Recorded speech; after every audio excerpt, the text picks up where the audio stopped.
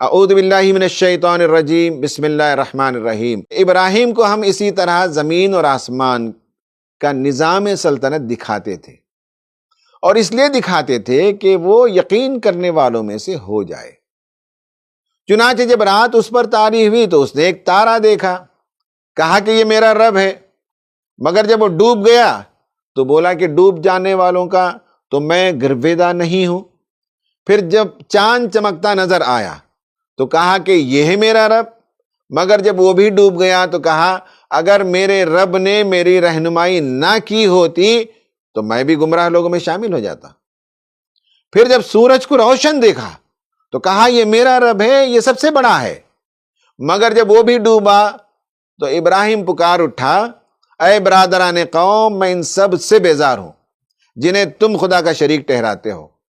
میں نے تو یکسو ہو کر اپنا رخ اسی ہستی کی طرف کر لیا جس نے زمین اور آسمانوں کو پیدا کیا، اور میں ہرگز شرک کرنے والوں میں سے نہیں ہوں۔ ناظرین، ابھی جن آیتوں کی تلاوت کی گئی ان میں حضرت ابراہیم علیہ السلام کی زندگی کے ایک اہم واقعے پر روشنی ڈالی گئی ہے، جس میں پیغمبر حضرت ابراہیم علیہ السلام کی اپنے معاشرے کو توحید کی طرف دعوت کا ذکر ہے۔ اب ہم آیات سے اخذ کردہ 4 نفسیاتی و اخلاقی پہلو آپ کے سامنے بیان کریں گے۔ نمبر 1 وہ ہے ریفلیکٹیو انٹیلیجنس، یعنی غور و فکر اور کرٹیکل تھنکنگ کا علمی تصور، اس پر ہم بات کریں گے، یا تنقیدی غور و فکر، اس پر ہم بات کریں گے۔ اور یہ صلاحیت یعنی کرٹیکل تھنکنگ یا ریفلیکٹیو انٹیلیجنس، یہ انسان کی ایک ذہنی صلاحیت ہے۔ اس سے نہ صرف معلومات حاصل کرنے کی طاقت ملتی ہے بلکہ ان معلومات کا تجزیہ اور تنقید بھی اسی ذہنی صلاحیت کے استعمال سے کی جاتی ہے۔ تنقیدی غور و فکر کا ایک اور کام یہ ہے کہ وہ اس کے ذریعے سے اخذ شدہ معلومات کے معنی جانے جاتے ہیں، یعنی میننگ اور انٹرپریٹیشن، جس کے لیے بھی کرٹیکل تھنکنگ کی ضرورت ہے۔ نفسیات کے علم میں عموماً کرٹیکل تھنکنگ کو ایک کوگنیٹیو اسکل کے طور پر دیکھا جاتا ہے، یعنی وہ ذہنی عمل جس میں انسان یقین پیدا کرنے سے پہلے سوالات کرتا ہے اور بعد میں ثبوت بھی فراہم کرتا ہے اور دلائل پر غور کرتا ہے۔ یہ انسانی ذہانت کا وہ حصہ ہے جو آسانی سے قبول شدہ باتوں کو چیلنج کرنے، سخت فیصلے لینے اور تجربات سے سیکھنے کا باعث بنتا ہے۔ قرآن میں حضرت ابراہیم علیہ السلام کی وہ مثال جہاں وہ آسمان و زمین میں خدا کے سائنس پر غور و فکر کرتے ہیں اور اس سے حقیقت تلاش کرتے ہیں تاکہ دلیل دی جا سکے، اس ریفلیکٹیو انٹیلیجنس کی عکاسی ہے۔ انہوں نے سیدھے سیدھے حکم یا ٹریڈیشن کے بجائے تنقیدی مشاہدہ کیا اور وہ نتیجہ اخذ کرنے کے مراحل سے گزرے۔ یہ وہ صلاحیت ہے جو کائنات کے پیچیدہ نظام کو سمجھنے، اس میں پائے جانے والے پیٹرنز کو محسوس کرنے اور اسے معنی میں تبدیل کرنے میں مدد دیتی ہے۔ ریفلیکٹیو انٹیلیجنس ہمیں یہ سکھاتی ہے کہ انسان خود اپنے دلائل پر غور و فکر کرے، یا سوسائٹی کے جو اسٹیریوٹائپس بیانات ہیں ان کو چیلنج کر سکے اور نئے حقائق اپنے اندر جذب کرنے کے لیے تیار ہو۔ یہ ہے ریفلیکٹیو انٹیلیجنس۔ اسی خوبی کی وجہ سے قرآن نے حضرت ابراہیم علیہ السلام کے بارے میں کہا کہ وہ یقین رکھنے والوں میں شامل ہو، اس لیے ہم نے کائنات کے رازوں کو اس کے سامنے کھول دیا۔ پوائنٹ نمبر 2، پرسویسیو ریزننگ، یعنی استدلال کا فنی اور جذباتی امتزاج ہونا چاہیے۔ پرسویسیو ریزننگ وہ دماغی صلاحیت ہے جس کے تحت انسان نہ صرف منطقی دلیل پیش کرتا ہے بلکہ اسے ایسی شکل میں بیان کرتا ہے کہ سامع کا دل بھی متاثر ہو۔ نفسیات میں اس کو ایٹیٹیوڈ چینج اور پرسویشن ماڈل میں دیکھا جاتا ہے، جیسا کہ ایل ایٹیٹیوڈ چینج اپروچ میں بیان ہوا ہے۔ اس کو آسانی سے سمجھنا ہو تو ہم یہ کہہ سکتے ہیں کہ کس نے کیا کہا، کس سے کہا اور کس کے سامنے کہا. یہ تین عناصر کو کہتے ہیں پرسویشن، اور اسی تھاٹ کو کہتے ہیں پرسویسو تھاٹ. یعنی صرف حقائق کا کہنا کافی نہیں ہے، بلکہ اسے دل اور دماغ دونوں میں جگہ دینے والا انداز ضروری ہے.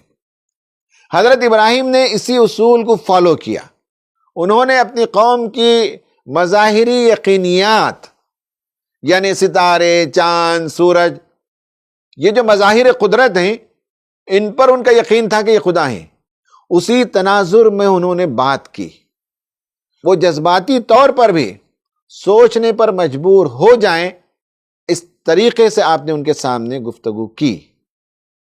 یہ وہ کوگنیٹو سائیکالوجی ہے جسے ایموشنل انگیجمنٹ بھی کہتے ہیں، اور آج یہ ریزننگ پروسیس میں ایک طاقتور آئیڈیا مانا جاتا ہے. پوائنٹ نمبر 3، کنٹیکسچول انٹیلیجنس، یعنی سماج کی سمجھ ہو اور ثقافتی اور نفسیاتی سیاق و سباق کی فہم ہو. اس کو ہم کہتے ہیں کانٹیکسچول انٹیلیجنس، یعنی سیاق و سباق میں سوچنے کی صلاحیت ہو. آدمی جس سماج میں رہتا ہے اس کی حقیقتوں سے وہ واقف ہو اور پیغام کو اسی کے مطابق ڈھالے. کراس کلچرل سائیکالوجی کے مطابق انسان کی سوچنے کی صلاحیت اس کے آس پاس کے رویوں اور عقائد کے پس منظر سے متاثر ہوتے ہیں. مثال کے طور پر انسانی رویے ایک ثقافت میں مختلف ہوتے ہیں، دوسری ثقافت میں مختلف. اس لیے صرف لاجک یا ایویڈنس دینے سے انسان چینج نہیں ہوتا، بلکہ اسے اپنی سماجی حقیقت کے اندر سمجھانا ہوتا ہے. حضرت ابراہیم نے اپنے قوم کے سامنے اسی کانٹیکسچول انٹیلیجنس کے ساتھ دلیل پیش کی، اس لیے کہ وہ اپنے سامعین کے بلیفز کو بھی سمجھتے تھے اور کانٹیکسٹ کو بھی سمجھتے تھے.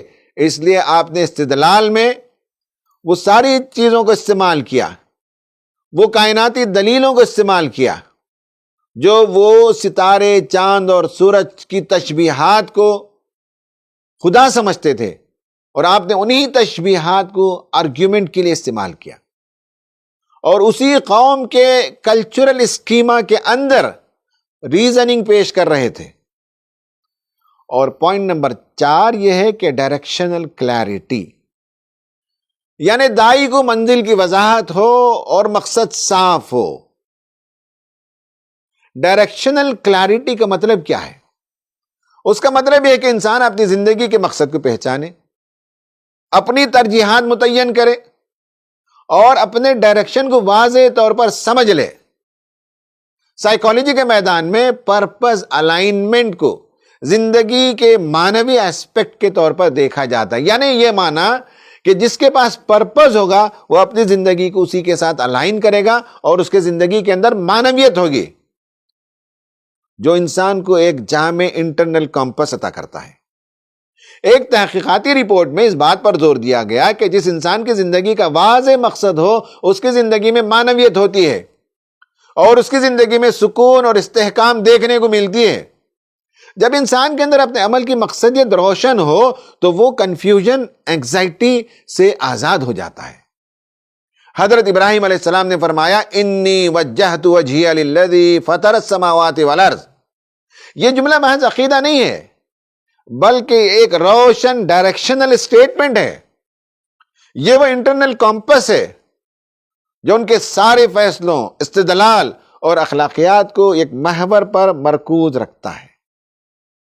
قرآن کی روشنی میں ڈائریکشنل کلیئرٹی وہ فاؤنڈیشن ہے جس پر انسان اپنے چوائسز بناتا ہے، اپنے لیے ویلیوز الائن کرتا ہے.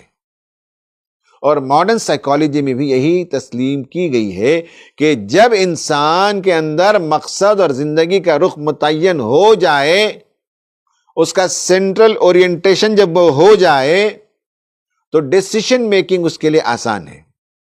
ایموشنل ریگولیشن میں وہ بہت آسانی کے ساتھ اپنے جذبات کو منضبط کر سکتا ہے. یہ وہ انٹرنل کمپس ہے جو انسان کو ڈرفٹ نہیں کرتا بلکہ پرپس ڈائریکٹڈ لائف بناتا ہے. قرآن میں حضرت ابراہیم علیہ السلام کی یہی 4 کوالٹیز ہمیں ایک ایکیڈمک، ایک سائیکولوجیکل اور بیہیویئرل لینس دیتی ہیں۔ نمبر 1، ریفلیکٹیو انٹیلیجنس، یعنی غور و فکر کرنا، ریزننگ کرنا، کوشچننگ کرنا۔ نمبر 2، پرسویسیو ریزننگ، یعنی دل اور ذہن دونوں میں اثر ڈالنے والی کمیونیکیشن اختیار کرنا۔ نمبر 3، کانٹیکسچول انٹیلیجنس، یعنی سماجی اور ثقافتی اویئرنس ہو۔ اور نمبر 4، ڈائریکشنل کلیئرٹی، یعنی زندگی کا مقصد روشن کمپس کی طرح اندر موجود ہو۔ یہ 4 نکات نہ صرف قرآن کے پیغام کو سماجی اور فکری معنوں میں سمجھنے میں مدد دیتے ہیں، بلکہ انہیں ماڈرن سائیکالوجی کے معتبر کنسٹرکٹس میں بھی پلیس دیا جا رہا ہے۔ ان 4 ستونوں کو اپنانے والا انسان نہ صرف سوچ میں روشن ہوتا ہے، فکر میں آزاد ہوتا ہے، بلکہ مکالمے میں بھی مؤثر ہوتا ہے۔